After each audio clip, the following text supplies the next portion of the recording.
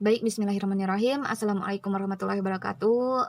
Saya Ayu Mirda Lestari dengan NIM 1982-2012. Di sini saya akan membahas mengenai soal UTS daripada mata kuliah seismologi. Langsung saja karena durasinya terbatas, soal nomor 1.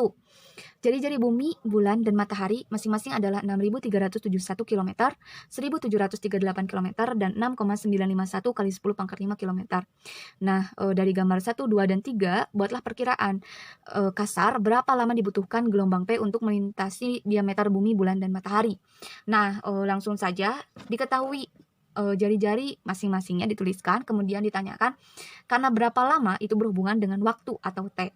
Nah, langsung yang pertama itu untuk bumi. Bumi ini dari gambar itu terdiri dari 3 bagian, yaitu ada mantle, ada outer core, dan ada inner core. Nah, kita hitung dari masing-masing bagian itu. Pertama untuk mantle. Untuk mantle itu ada bagian depth pada horizontal, kemudian ada bagian kecepatan pada bagian vertikalnya. Nah, kita perkirakan untuk di mantle dengan kedalamannya sekitar 2.800 km, dengan kecepatan awal sekitar 8 km per sekon, dan kecepatan akhir sekitar 13,8 km per sekon. Karena ada perubahan kecepatan ini, maka kita menggunakan rumusan dari GLBB.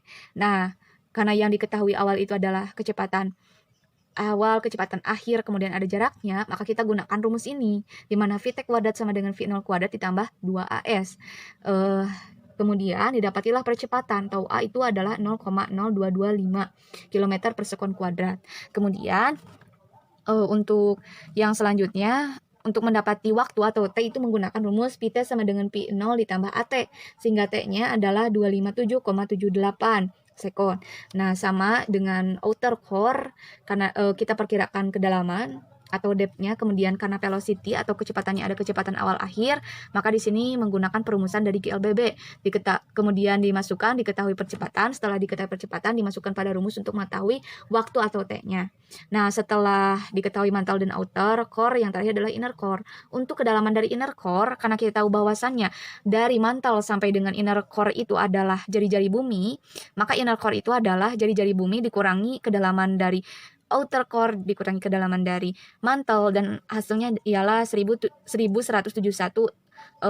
km atau S ya, ini jarak. Kemudian ada velocity atau kecepatannya. Dalam grafik kecepatannya itu baik kecepatan awal maupun kecepatan akhirnya itu sama, sehingga tidak terjadi perubahan kecepatan, dan di sini menggunakan perumusan dari GLB atau gerak lurus beraturan, yaitu P sama dengan S per T, sehingga T adalah S per P, yaitu 1171 dibagi dengan 11, yaitu 106,45 sekon. Nah, setelah kita tahu waktu yang ditempuh dari masing-masing bagian lapisan bumi, kemudian kita jumlahkan. Nah, inilah 630,9 sekon waktu untuk menempuh jarak dari mantle sampai dengan inner core atau jari-jari bumi. Karena kita disuruh untuk mencari tahu diameter, dan diameter adalah 2 kali jari-jari bumi, maka langsung saja dikalikan dengan 2, dan hasilnya adalah 1261,8 sekon. Nah, setelah itu lanjut ke bulan. Untuk ke bulan ini juga sama, meskipun grafiknya berbeda antara bagian horizontal dan vertikal, namun memiliki pengertian yang sama. Nah, di sini langsung saja saya bagi dalam ketiga bagian, atau dibagi dalam ketiga kedalaman yang berbeda. Untuk kedalaman yang pertama itu diperkirakan 20 km, dan kecepatannya itu 5,1 km per sekon.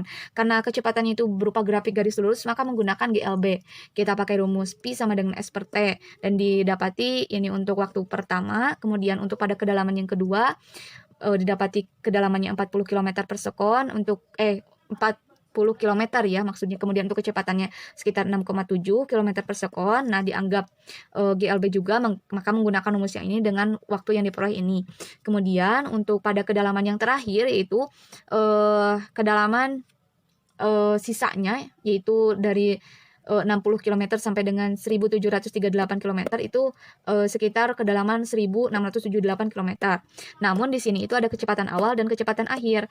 Hanya saja kecepatan awalnya di sini lebih besar dibandingkan kecepatan akhir, sehingga ini merupakan percepatan yang diperlambat.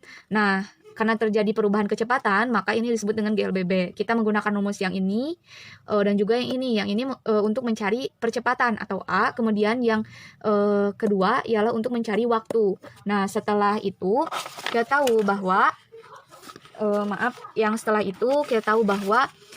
waktu total untuk jari-jarinya itu tinggal dijumlahkan saja dan didapati hasil adalah 228 sekon. Namun karena kita disuruh untuk mencari waktu ke diameternya, maka dikalikan 2. Nah, hasilnya ialah sebesar 456 sekon. Nah, setelah itu kemudian untuk yang matahari, pada sebelah kirinya itu terdapat fraksional solar radius atau radius matahari fraksional. Karena jari-jari matahari itu adalah 6,95 1 kali 10 pangkat 5 atau sekitar 7 kali 10 pangkat 5, katakanlah terdapat pada 0,7 dari fraksional solar radius, sebut saja depth atau kedalamannya. Dengan kecepatannya, yaitu kecepatan awal 510 km per sekon dan kecepatan akhir 225 km per sekon. Nah, di sini karena perubahan kecepatan, maka kita gunakan rumus GLBB. Di sini untuk menemukan, yang pertama untuk menemukan percepatan, setelah ditemukan percepatan, maka langsung ke rumus untuk menemukan waktunya. Karena diameter, kemudian setelah mendapati waktu ini, langsung dikali 2 saja, dan didapati waktunya itu 3.800 sekon. Kemudian yang nomor kedua, dengan asumsi bahwa kecepatan P di laut adalah 1,5 km per sekon, perkirakan kedalaman air minimum dan maksimum yang ditunjukkan oleh gambar 4. Jika kecepatan kerak P adalah 5 km per sekon, berapa kedalaman ke atas dapur magma dari dasar laut? Nah, gambar pada soal merupakan gambar aksial magma chamber atau AMC, atau ruang magma aksial. Sumbu vertikalnya yang di sebelah kiri itu mewakili waktu perjalanan 2 arah gelombang kompresi antara permukaan laut dan titik refleksi. Dasar laut adalah reflektor sekitar 3,5 detik di tengah plot. Sementara ruang magma muncul sekitar 4,0 detik. Nah, jadi intinya diketahui dari kedalaman air atau laut itu ada kecepatannya, yaitu 1,5 km per sekon. Untuk waktunya 3,5 sekon. Sementara yang ditanyakannya yaitu adalah kedalaman minimum dan maksimumnya. Kemudian yang kedua itu mengenai dapur magma. Diketahui ada kecepatannya itu 5 km per sekon dan waktunya itu adalah 4 sekon. Dan ditanyakannya adalah kedalaman magma atau es. Nah, langsung saja. Bila langsung ditanyakan kedalaman air laut, nah dari sini tidak ada perubahan kecepatan, maka kita menggunakan rumus dari GLB atau Pi sama dengan S per T. Dengan S adalah Pi dikalikan dengan T. Nah, kita masukkan dan dapatilah 5,25 km. T 3,5 sekon ini digunakan karena waktu di permukaan laut. Jadi 5,25 km ini sebagai kedalaman minimalnya atau minimumnya. Sementara untuk kedalaman maksimum itu diambil garis hitam pada T 3,7 sekon sebelum lapisan 2A atau layer 2A, sehingga kita ambil Pi-nya 1,5 dan T-nya adalah 3,7 dan dapati bahwa jaraknya atau kedalamannya itu sebesar 5,55 km. Nah, setelah itu kemudian untuk dapur magma, kita tahu bahwa kecepatannya adalah 5 km per sekon, terus waktunya adalah 4 sekon, kemudian kita langsung saja dimasukkan pada rumus Pi sama dengan S per T dan dapati bahwa S adalah 20 km. Kemudian yang ketiga, gambar 5 itu memplot gelombang bidang harmonik pada T sama dengan 0 merambat dalam arah X di 5 km per sekon. Yang pertama, tuliskan persamaan untuk gelombang ini yang menjelaskan perpindahan di mana U sebagai fungsi daripada X per T. Yang kedua, berapa regangan maksimum untuk gelombang ini? Nah, dapat dilihat ya pada gambar.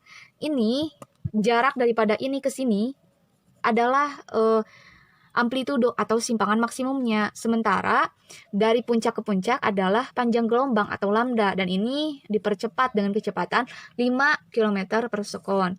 Nah, ditanyakan yang pertama persamaan gelombang dalam fungsi U yang menjelaskan perpindahan sebagai fungsi dari X dan T. Yang kedua adalah regangan maksimum untuk gelombang.